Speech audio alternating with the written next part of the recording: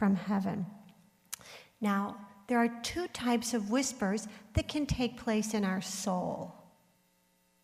Two types of whispers. There's whispers from heaven, from Jesus, and then there's whispers from hell, from the enemy.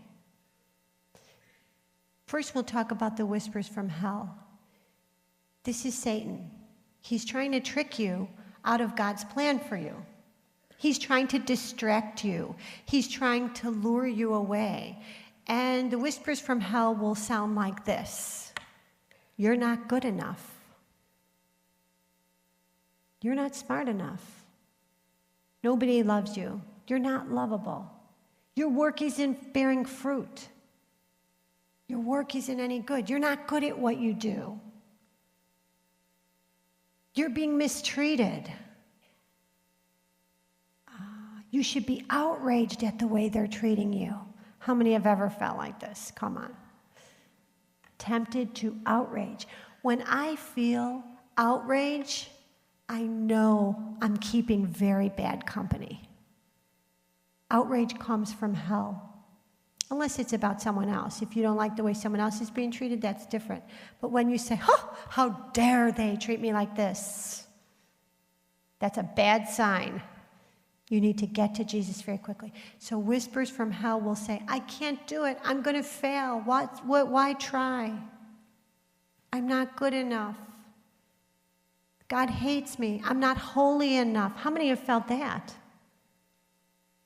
That's a universal if you're following Christ. Whispers from heaven will sound like this. Whispers from Jesus will say, you're good enough for me. You're doing just fine. Keep working. Don't quit. Be holier. Love this person around you. You don't need to have justice. Whispers from heaven will tell you, you don't need to always be right. You don't need to always be right. Whispers from heaven will say, offer it up. Offer it up. Whispers from heaven will say, yes, you were hurt. Yes, you got hostility. Return love. The marker of a Christian is returning love for hostility, right? That's what makes us different.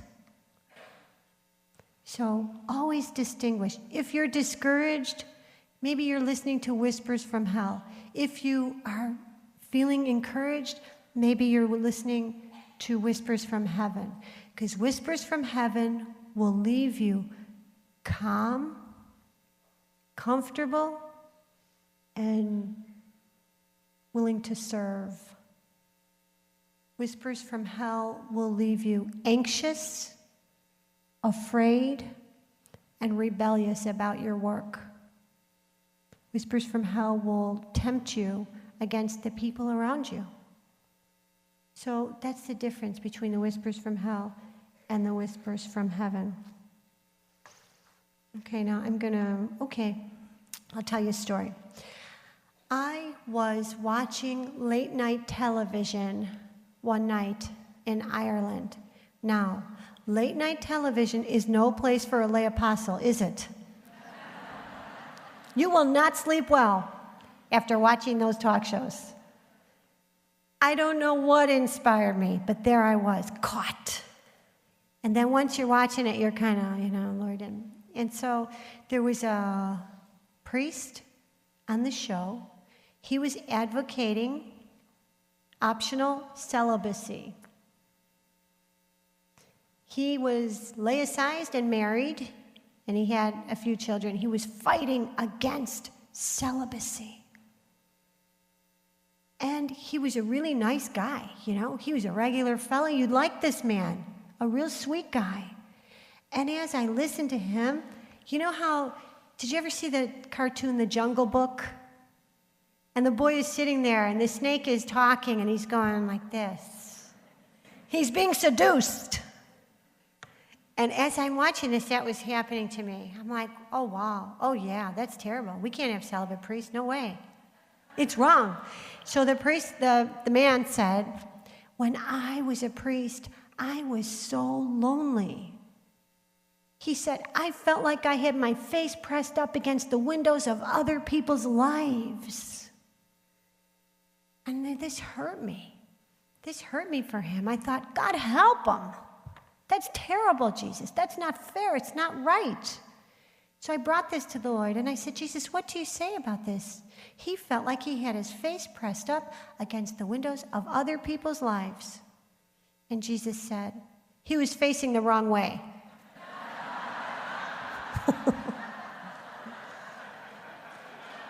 It's really that simple. Jesus always levels me with one sentence. Heaven's truth is very clear. My husband does the same thing. My husband is very surgical in his truth.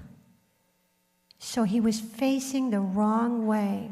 He was feeling sorry for himself. He made a point to say, I never broke my vow.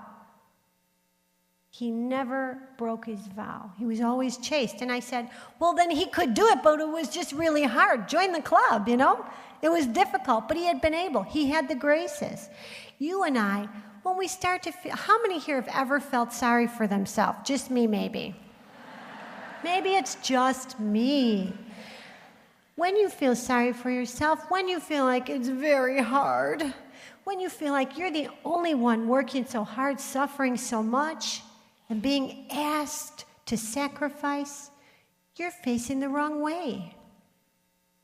Jesus said, if that man had turned around on the mountain and faced me, he would have seen my love. He would have seen my glory. He would have seen infinity stretching out behind me.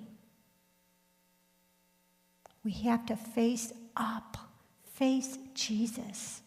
Don't get caught facing the wrong way. We become so ridiculous when we face the wrong way.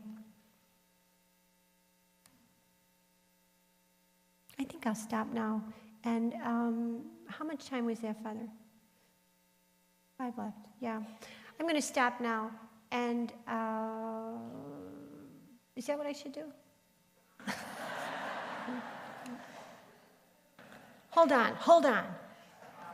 I have 5 more minutes. Believe me, I can find things to say. I'm just trying to find a natural cutoff for you because I'm aware you've been sitting a long time. But you'll forgive me if I'm not all that in line, okay? Okay, I'll tell you this. Here, I'll end with this story. One day, not too long ago, a woman came to see me, and she was a friend of mine. And so I knew that she had been having a hard time.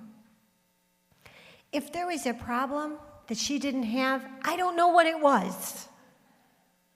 She was experiencing a serious passion time in her life. You know how sometimes they all converge on you? And you go through what I call dark days. And it could be a couple years, could be 7 years. This woman had so many crosses. They were losing their home. The husband had difficulty with legal challenges. I mean, it looked so bad. And as she spoke to me, I felt myself getting smaller and smaller and smaller and smaller. Do you know what I'm saying? I was just like someone was sucking the air out of me. Because what was happening was she was tempted to hopelessness. She was experiencing grave temptation to hopelessness, and it was kind of getting to me. I was also being tempted to hopelessness. It was a very serious experience. The enemy was all over it. So afterwards, I was like, oh my gosh. I went down to the church to pray. I couldn't pray. I couldn't look up at the tabernacle. I just sat there in my head. I thought, it's hopeless. There is no answer for all of these problems she has. And then I'm very impatient. At the best of times, I'm an impatient person. Sometimes it works to my benefit.